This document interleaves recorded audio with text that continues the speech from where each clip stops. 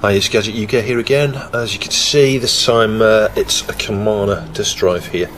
This one's for the Atari ST, it's a CSA 354. I'm not sure what make and model of the actual drive is, you know, because Cumana didn't actually manufacture the drives, they just stuck their own little logo on it. It might be a Panasonic or a Sony or something like that, or a TIAC maybe. Yeah, so it says there 1 megabyte, which is a bit of a stretch. I think you can get about 900k, can't you? Have a 720k disk if you set the geometry beyond its normal characteristics. But anyway, yeah, it's a 720k disk. Build date 22nd of the 5th, 92. That's nice. So you could say, you know, it's got a built-in power supply. Looks like we've got a 3 amp fuse in there, I think. Is it red, 3 amp, or is it 5? I can't remember. Anyway, we'll check that in a sec. You know, so it's got the power supply built in, power switch on the back. The bezel for that is detached. It looks like it just clips on, so we should be able to stick that back on. I think it'll clean up okay. It's got primarily just dirt and rings. All the paint looks pretty good actually on it, which is quite rare on these. But I'm not just going to power this in and try it. I want to take it to pieces actually, because obviously it's got a power supply built in. It's going to need at least recapping and checking out, and I'll clean the drive up, clean the case up, and then we'll give it a try. The nice thing with these is, because it's just a standard 3.5 inch enclosure here, you could always, you know, if we can't get this drive working, if there's something faulty, you know, maybe the heads are faulty or the logic on there's got a faulty IC or something, we could just swap out the drive with a standard PC 720k disk drive. That's what's nice about these enclosures. You could use them for pretty much any system really. You know, you could adapt the connector. You could see the floppy connector there, it looks okay, all the pins are intact. So it's most likely a power supply problem, or just, you know, the drive needing cleaning and lubricating. So to get in there, it looks like the screws on the sides initially. I think the lid should then come off. There might be a screw on the back, I'm not sure.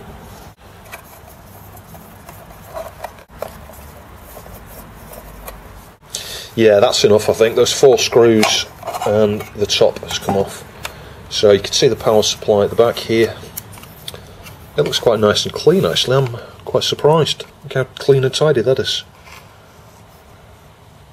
The fuse is intact, so I mean all you've got on here is obviously the transformer to step down the voltage, a bridge rectifier, see that black bridge rectifier down there, fuse to protect it, and a couple of smoothing caps, probably because there's probably going to be 2 voltages coming out to this, 5 and 12 I guess, I would think. Yeah, you've got a ground, a 5 and a 12, and then the connector here, you know, that just feeds through to the cable that comes out the back. So you never know, it could be a damaged cable or something. This cable's got a few twists in it and stuff. So I think the next thing I'll do is unscrew the screws here that hold the drive in, and we'll take the drive out and have a look at the drive. It's a Cumana FZ354. Can't remember whether that's the one that needs caps. It might need recapping. That might be the issue with that.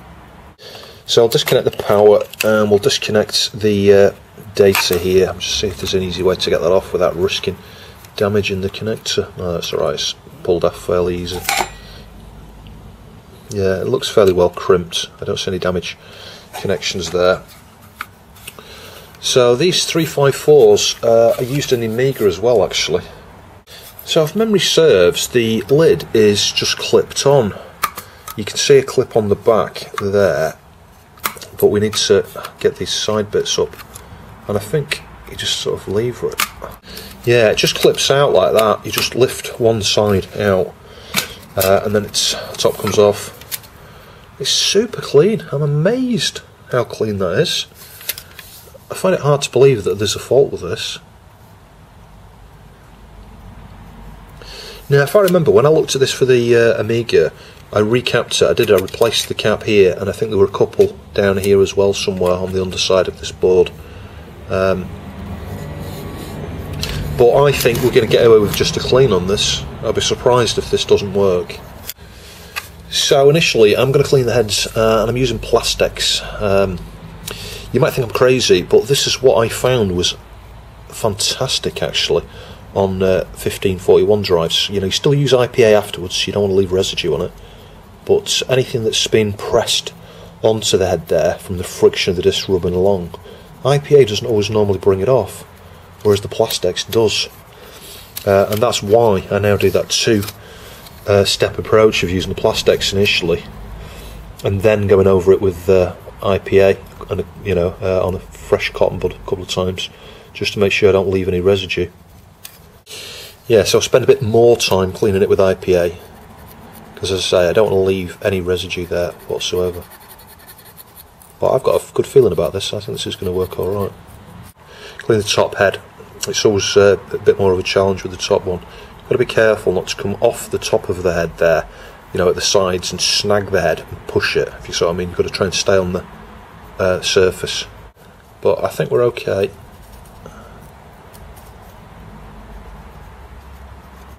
Yeah, so I think the next thing I'll do is I'll just get a bit of Mollycott onto that bar. We'll get off anything that's on there. It looks bone dry to me. It is. It's pretty much bone dry, that.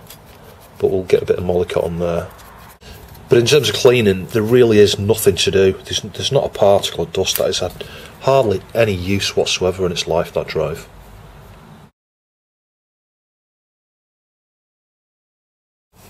So I'm just going to turn my attention to the power supply section for a minute. At this stage, I am not going to do anything with it other than connect up the power switch again. Can you see there? It's clipped out on the bottom. You can see, if I just move the camera around, you see this little metal lip here. There's one on the underside, but it's slipped through onto that side. So I'll perhaps have to use some pliers and stuff, just to press this upwards a bit, get it to clip through, and clip that back on. And then what we'll do is we'll just power this up and just measure the voltages that are coming out of this. I might scope them later just to see what they're like, but I mean, you can see it's had no use, this. It hasn't. Look how clean the fuse holder is there, the cover. There's not a particle of dust. The inside of this is pristine. It's just the outside. I think once we've done that and proven that works, I'll soak this in the sink for a little bit, and hopefully most of these marks I think should come off, and it should look pretty much good as new, I would think. And at that point we might go and test it, I think. So we'll see if we can clip this back in. I might just need to I don't know, massage this around a little bit. I'm not really sure the easiest way to do it. It makes me wonder how on earth that was fitted to start with, at factory. How on earth did they manage to get that in there? Pull it out. Let's have a look at it. Because we might be able to take the metal part off, get the metal... No, we can't. It's all part and parcel of the same thing, isn't it?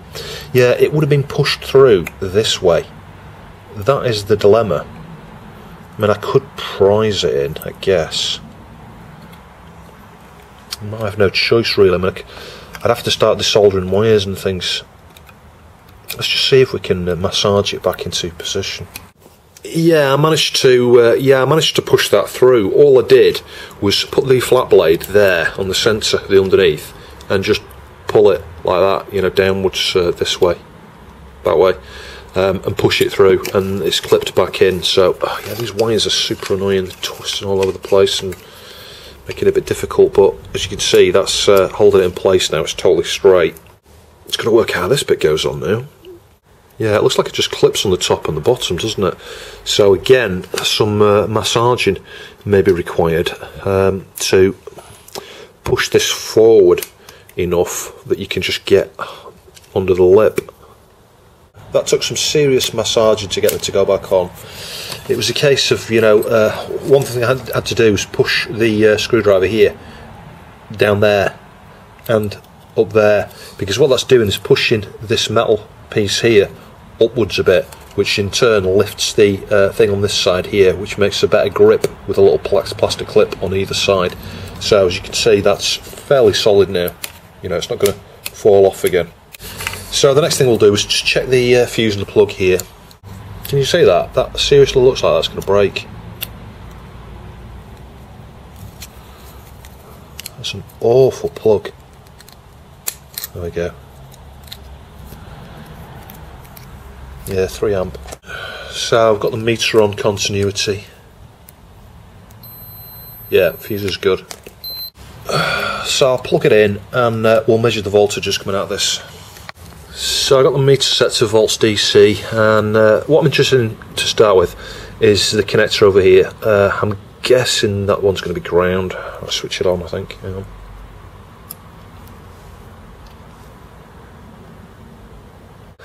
Well, I'm surprised there's no voltage coming out of this at all.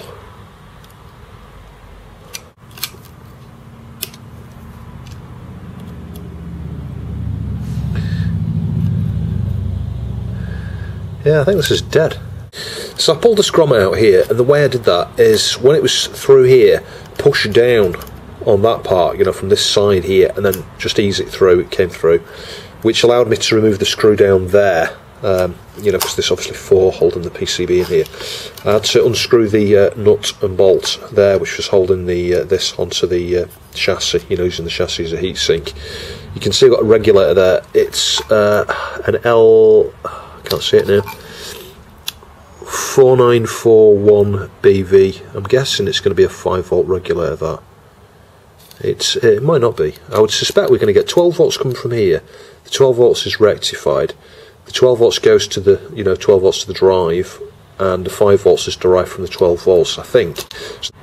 Yeah, so this is going to be stepping down from 240 to, well, around 12. Obviously it's rectified, so it's not going to be exactly 12 AC, but nevertheless, that seems to be how it's working. So it's dead simple. I'm going to just, if I can, just power this up in an exposed state and measure around, actually, just to see if we've got the AC coming in through the switch, because I'm not convinced the switch is not the problem, actually. And then see if it's going to the transformer, see if anything's coming out of the transformer.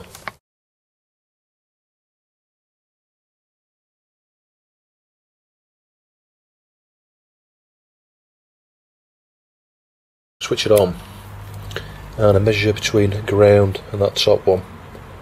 See there, 5 volts. So a quick tip here, when you're reassembling something like this, consider taking the nice shiny screws, because they're identical, from the inside and using them on the outside, you know, where they're old and corroded and, you know, just not oxidised, not looking great. It's a good way to get the outside of the system looking nice and clean, especially when they're visible like they are on this, on the sides and stuff. So the other thing I'm going to do here is get a bit, just a little bit, not a lot, of thermal compound under where that regulator goes there. It looks like it already had some, actually, it's just dried up. So yeah, I'll just get a bit onto the end of the screwdriver here. I don't need a massive amount, that's probably more than enough. Got some on the carpet there, actually, I better get that off. And we'll just get it under there where it sits. I can clean off those streaks with cotton bud in a minute and some IPA. Yeah, initially when you do something like this, you're going to make a mess. You're going to get the stuff all over you and whatever you. But once you've, as soon as you spend a minute tidying up afterwards, it'll be all right. I'm not sure that screw should go on the underside here. In fact, the washer is on the wrong side. I've just spotted. Yeah, take 2 with the washer on the right side now. The washer should go underneath the nut, actually, to stop it from slipping. Sorry, I'm knocking the camera. Yeah, so I'll just get cotton buds with some IPA and just clean off all these bits of stuff that I've got everywhere.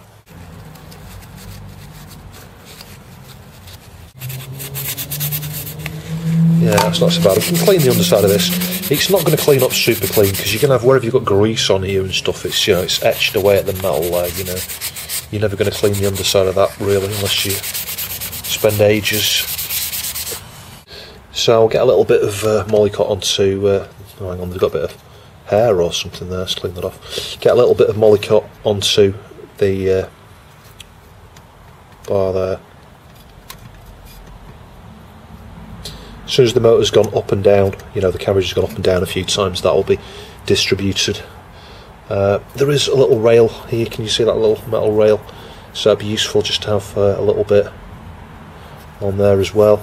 You can typically sort of force the carriage, it's going to make a nasty clicking noise, but if you can do that just to shove it around to get access to the other end of the bar. Down there.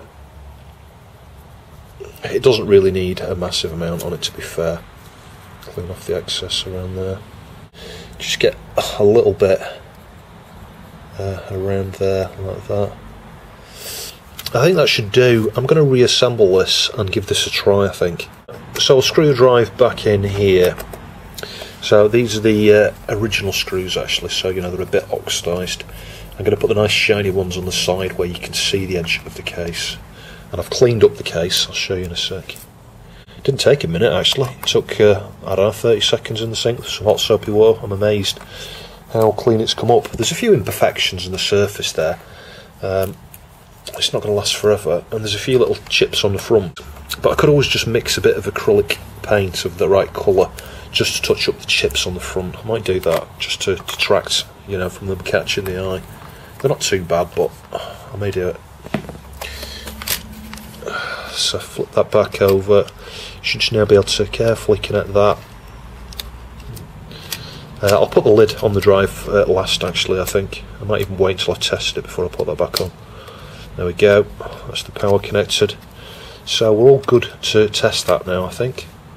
So you can see how clean the lid came out, but there's obviously, you know, a few imperfections. Can you see, if I get it the right light, you can see like a little lump there and a couple of little lumps over there. It's not very visible, but with the nice shiny screws that were on the inside of the system here, it should look pretty good actually, almost good as new, I think.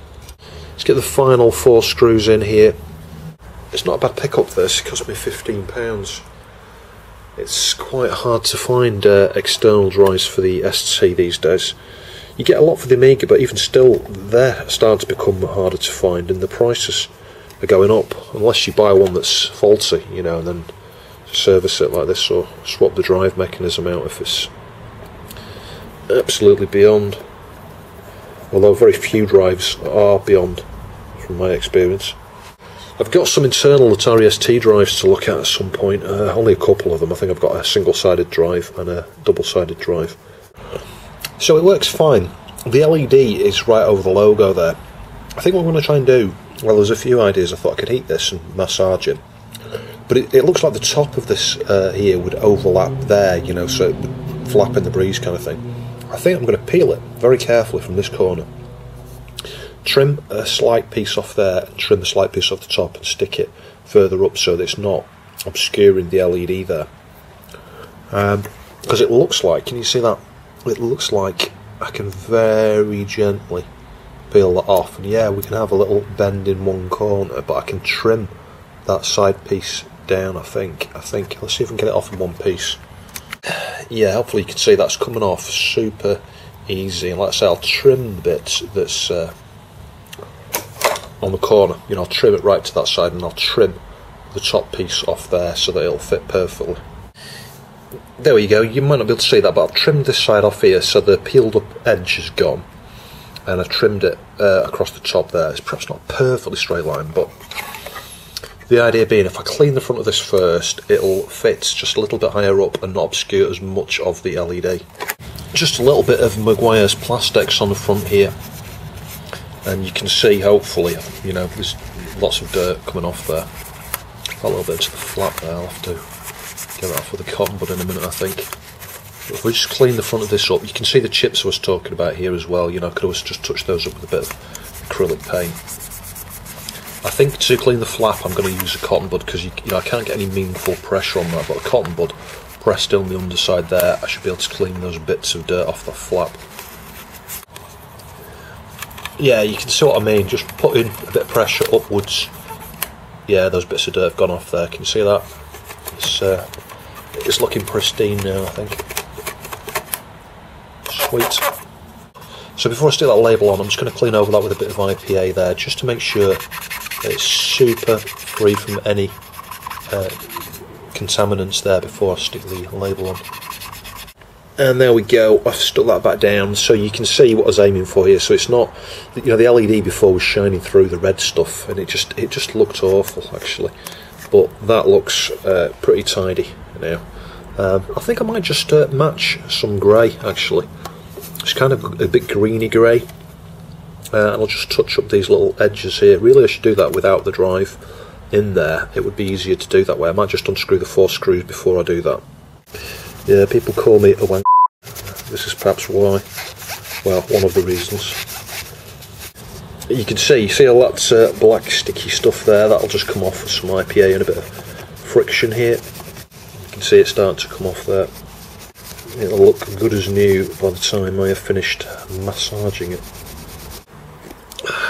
So you can see the progress here. This is a little bit I've done. Can you see? It's just pure white. And just look as you go up here. Can you see all the muck and marks on this cable? It's absolutely decrepit. There you go, it's come up perfect, absolutely perfect. This No marks on that now, I think, so I need to do the data lead. I've cleaned up the plug as well, you know, all the housing here was all dirty. The other thing I'll do is just get the fiberglass pen onto the contacts here, because you can see they're oxidised. It just makes a better connection and stuff. It's good practice, really. You could just replace the plug, but the plug is pretty good on this. It's a moulded one, it's got the safety things here, it's got the right size fuse, it's you know, BS1363A sort of standard. That should be alright. And here's that same paint set here, just to show you the sort of paints I use. Just you know, standard, really cheap 24 colour acrylic paints here. So I mixed a grey there. It's not exactly the right grey, but and you're not going to be able to see, but I just touched up the little chips that were on there. It's super hard to see because obviously it's very thin, but you can see now, you can't see the exposed. They're kind of like a bit dark grey, like black almost, you know, where the paint had been chipped off. You can't see that now. And just on the back as well, you know, this end here, there was loads of paint, you know, the paint had chipped off and the metal was exposed. Just spotted another bit there, you might just be able to see, just on the very edge, and all you need to do is just gently go over those little bits. And then maybe just rub it like that, just to get any excess off. But the main thing is, yeah, you can't see it now, you can't see where the damage was, it blends totally. And it's going to assist in more paint not chipping off, because, you know, it's a bit like cars. You know, you get a chip there, it starts off quite small and something catches on it, and before you know it, you've got another bit chipped off, etc. But yeah, that should look pristine when I reassemble it now, I think. Someone's bound to ask why I would put so much effort into cleaning something like this up, or anything for that matter. And the simple answer really is, other than just presentation, you know, it makes it look a lot better when, you know, your own collection. You come to sell something like this, it can double the value. You'd be amazed. But, you know, this being £15 as it was, I could easily get 40, 50, maybe £60 for this now. You know, with the pictures and things, it'll come out looking absolutely like a brand spanking new drive. And it does make all the difference. The small things like, you know, cleaning up the cable, cleaning up the shell, even cleaning up the plug, can make something look unused. And I do think if you look at the internals of this drive, it's hardly had any use anyway.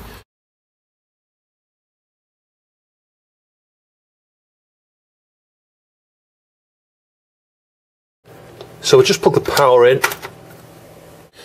So I'm just going to sit it on top of the ST for a moment. I'll plug this massive connector in here. It goes right in the back.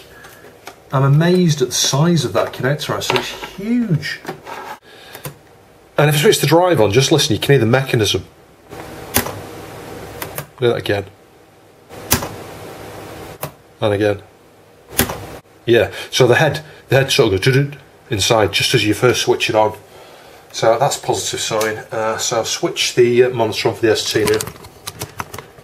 So I've switched the Ultra setting on, that's the hard disk, you know, SD card adapter for the ST. Switch the ST on, and hopefully it should boot.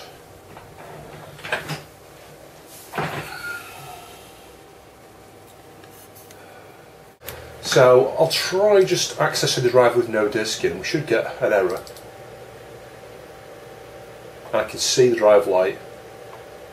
Fantastic. I'll just show you that. So I've turned the drive around a little bit just so you can see that. If I access B again, you can hear it's seeking there. Obviously there's no disk in.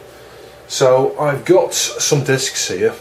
So this is a disc box that I kept from back in the day. It comprises of, or it contains tons of ST and Amiga discs actually. I'm just wondering what these first ones are. Yeah, I think these are ST.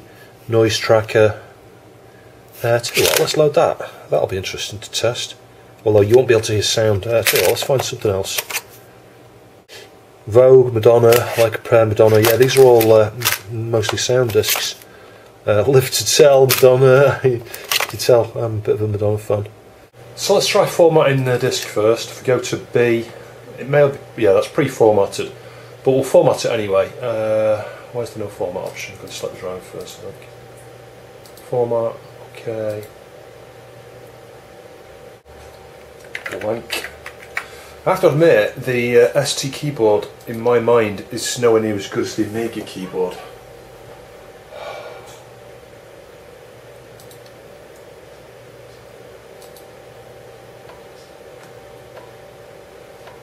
Yeah, that error you just saw, that's my HXC inside clashing with this drive.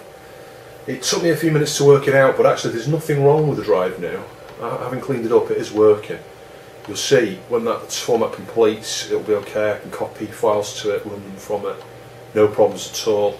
But when I first boot this, if I try certain disk activities, usually deleting things and stuff from it, it will squawk. At the same time, I'll just see if I can show you. This lights up here, and you can see that this the sector thing here is changing, despite the fact the track isn't, and it's because there's a mismatch. Like I say, this internal HXC, it's got an SD card inside there, and the way it's configured at the moment is this: it replicates drive A and drive B. So we've got two drive Bs. You've got the drive B inside there, and the drive B here. There we go, all completed. 726016 bytes available to the user. Let's cancel that now. We'll copy something to it. Let's copy maybe Bubble Bobble. It should be fairly small, I would think. So if I just drag the Bubble Bob folder to B, that should do it, I think.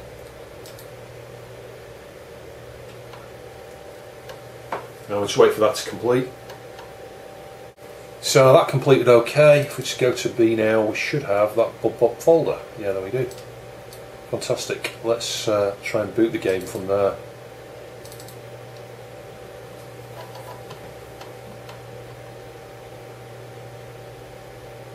Yeah, sweet. You don't get sound, like I say, because it's running through my PC, which is ultimately on, I've got headphones connected for it. To it, I'd say. It's because it says for it there. That's what I said. For it.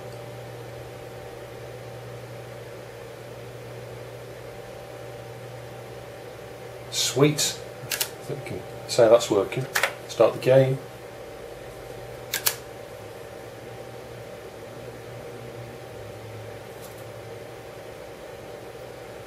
Fantastic. Yep, that's a success. So just tested a few of my games here. Some of them are going to work, some of them aren't, because they're going to need to auto boot, and this is obviously drive B. So the other thing you can do, and I may do it in a later video, I don't know, is you can put a switch on the back of the ST to switch, the internal drive with the external drive, in terms of the drive IDs. That should be possible, I would think. It's a case of just swapping the drive IDs on the backs of the drives around, in theory. There may be a way to do it actually on the ST board that's a bit easier. Just toggling a few connections around. We could try and run what's in the auto folder there. That may work, but bear in mind, we've not booted from fresh. We've got things in the memory here, although not a massive amount, just like the hard disk driver. But it may clash, so we'll see what happens.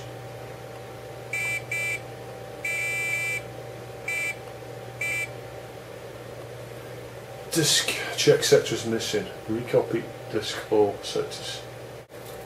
Right, so I'll launch that again. I'll show you the screen. So apologies, we're wobbling all over the place here. Just watch this now.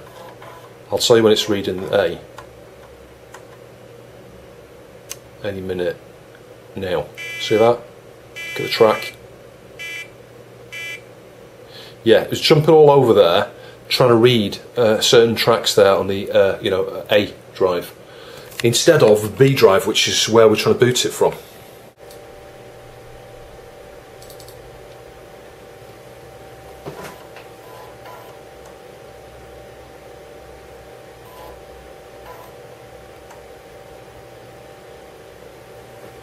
Yeah, so other things are working off that disk. Anything that doesn't need the boot sector, as you can see, is working okay.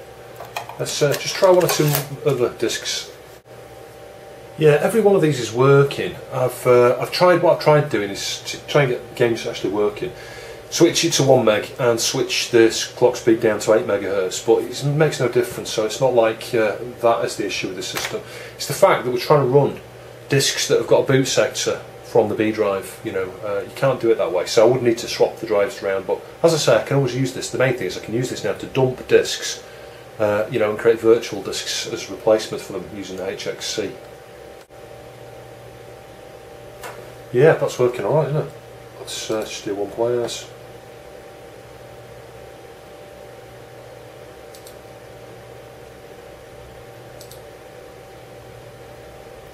Fantastic, yeah, I think we'll call that a success. So it's interesting the things you can find when you go through these discs. I found some Acorn discs I didn't know I had. An Amstrad PCW10. I don't remember the PCW10, that's strange. LocusScript 3. Yeah, there's an old favourite demo disc, and I restored that, and that's what I was going to say here, is when you get a disc where the label is, you know, doesn't represent what's on it, you know, this had a label stuck on it, and I'd had something else put on here, I think. So I carefully peeled the label off, and I was able to put the original contents of this back on. I went and found the disc image for this particular disc online, and wrote it back to the disc. But on that exact same subject, look at this here, I can't believe this is criminal. Last Ninja 2, the hit squad.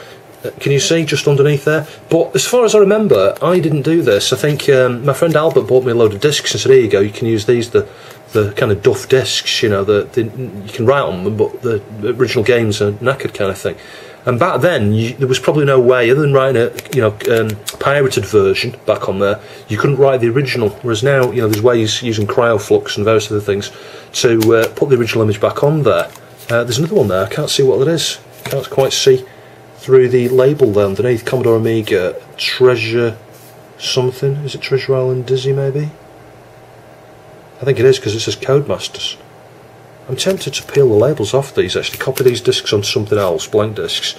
But that looks like Treasure Island Dizzy to me. I'm not sure about those have just got blank labels. And look at this, Corporation.